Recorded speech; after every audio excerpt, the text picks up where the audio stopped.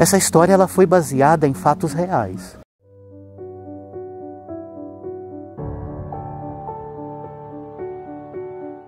Hoje eu não vou ficar pedindo o Pix, não. Tô pedindo demais, né? Todo dia no mesmo vídeo fica chato. Mas mesmo assim eu vou deixar o nosso e-mail, que é o número do nosso Pix, fixado na descrição do vídeo e no comentário fixo. Mas eu vou pedir que você se inscreva, que você deixe o seu like, que você compartilhe, que você faça o seu comentário. E agradecer a cada um de vocês que tem comentado, que tem dado like, que tem compartilhado e que tem feito a sua colaboração para o nosso projeto Ei Bora Pro Céu. Que eu tenho certeza que está mais próximo do que eu e você imaginam. Eu queria te contar uma história de um pastor. Um pastor que, quando jovem, tinha a sua igreja, mas a sua igreja ela não ia para frente. A igreja dele sempre vazia e ele não entendia os motivos de o porquê isso estava acontecendo. E sempre buscando Deus, sempre pregando a palavra, sempre fazendo o que era certo aos olhos de Deus. Mas a sua vida não mudava.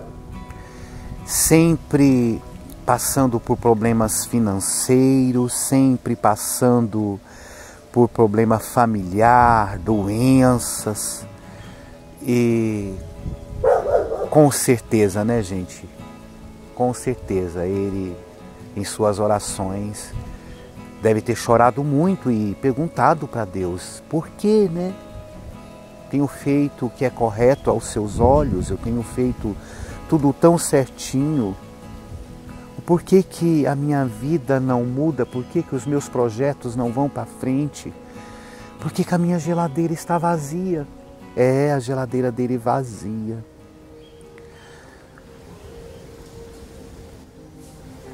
Creio eu que em dado momento ele pensou em desistir. Não é para mim, porque o pastor ele precisa ser exemplo, né? Para mim, para você, né? Quantos de nós já nos pegamos pensando: quem é ele para falar algo? Quem é ele para vir pregar para mim se a vida dele está desse jeito? Como que ele vem falar de Deus se eu não consigo enxergar esse Deus? Porque o Deus que o mundo vê, o Deus que muitos cristãos vê, é o Deus cheio de bênção. É o Deus cheio de prosperidade, que cura, que liberta, que acalenta e que acalma. Os anos foram passando, ele não desistiu não. Os anos foram passando. Chegou um momento que ele chamou a sua esposa para conversar. E ele sentou com a sua esposa e conversaram um bom tempo, por horas, oraram. Só que era uma conversa entre ele e a esposa. Ninguém ficou sabendo dessa conversa. A única coisa que eu sei explicar para vocês é que a vida desse pastor começou a mudar. A vida dele começou a andar para frente, o que não era, começou a ser, aquilo que não era legal começou a sair fora e a vida dele começou a crescer espiritualmente, financeiramente, a geladeira vazia e N coisas. Pessoas na igreja sendo curadas, pessoas sendo libertas, pessoas tendo a presença de Deus. Os anos passou, ele envelheceu, que é o fim de todos nós, né? E a sua esposa faleceu. E no enterro da sua esposa foi que ele revelou o que aconteceu naquela conversa. ele reuniu aquele povo naquele enterro, pegando todo mundo de surpresa. E ele disse o seguinte, contou a vida dele, que eu já contei aqui, que não andava para frente, que a geladeira vazia e tudo vazio. E a conversa que ele teve com a esposa foi o seguinte: amor, a nossa vida não pode continuar mais assim. Nós não podemos mais viver essa vida que nós estamos vivendo. Eu vou fazer diferente. Eu não vou mais deixar de pregar porque eu não vivo aquilo. Eu não vou mais deixar de abençoar as pessoas e de falar que Deus liberta sem eu ser liberto. Eu não vou deixar de falar que Deus supre as nossas necessidades sem a minha estar sendo suprida. Eu não vou mais falar que Deus nos alimenta, dá o alimento, o pão nosso de cada dia, sem eu ter o meu alimento. Eu não vou deixar mais de falar sobre isso.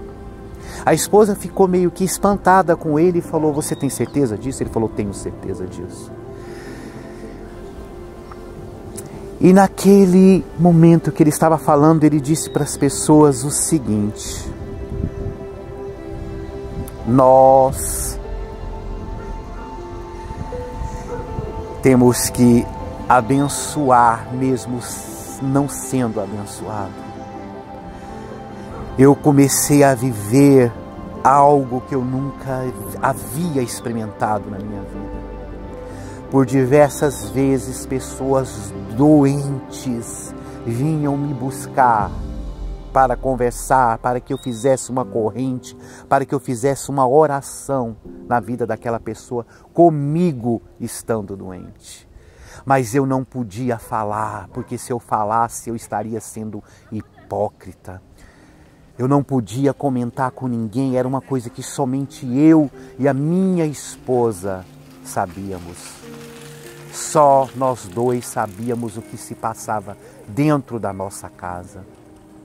Chegávamos em casa e a nossa geladeira vazia e pregando para as pessoas que Jesus supria as necessidades. Vocês estão vendo aqui? Aqui tudo acaba, dizia ele no enterro da esposa. Acaba para os nossos olhos, mas o espiritual não acaba aqui. E ele dizia na sua pregação no enterro da sua esposa: comecei a desejar para outros aquilo que eu não tinha na minha casa, aquilo que eu não tinha na minha família, aquilo que eu não tinha no meu corpo, porque não foi somente uma vez que eu fui pregar doente. E o pior, que eu tive que ocultar isso até hoje, porque ninguém iria entender. Iam me chamar de hipócrita. Eu fui nomeado pastor e eu precisava olhar para as ovelhas.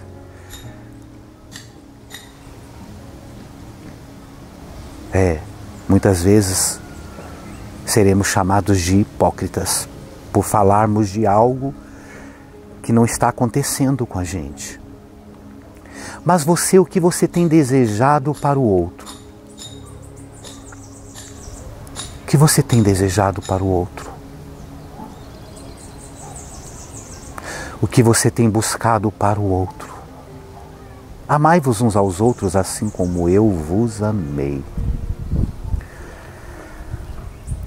Por que será que nós temos a mania de achar que os nossos problemas são maiores do que o dos outros? Sempre assim.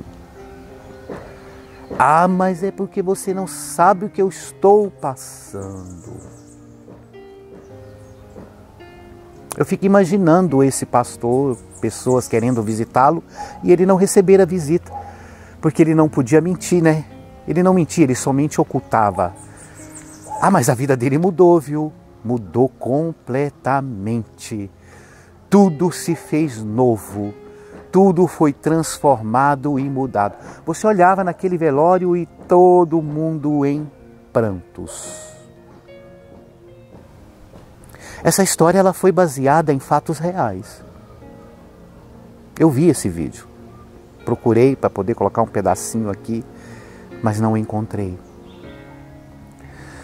Fatos reais em que um pastor diz: não podia porque me chamariam de hipócrita. Ah, Wendel, e você? Então eu devo parar de buscar por mim e buscar pelos outros? Não estou falando isso. Eu creio que para cada um Deus tem um propósito, né? Cada um é cada um. Eu só quero te dizer que isso é um exemplo para a gente. Eu só quero te dizer que antes da gente falar desse Deus, nós precisamos viver esse Deus e viver o que diz a palavra dele. Muitas pessoas batem no peito e dizem: eu li a Bíblia toda. Eu sei a Bíblia toda. Ah, meu amigo, mas você entendeu o que está escrito ali? Você tem vivido o que está escrito ali? É melhor que você viva um versículo do que você ler a Bíblia toda e não praticar, ou ler a Bíblia toda e não entender. Busque esse Deus incansavelmente. E as demais coisas serão acrescentadas. Busque o abençoador, que a bênção vem.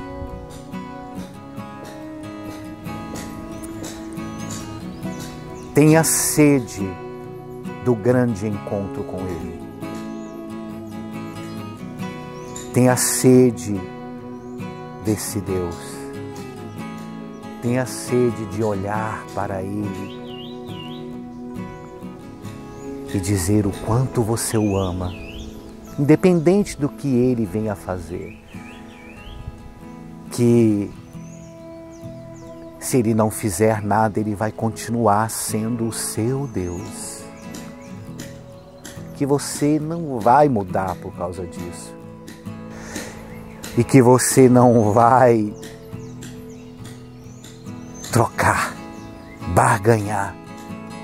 Não é uma troca. Que independente do que Ele venha fazer, creia que o melhor Ele tem para você. Talvez o melhor não é o que eu quero,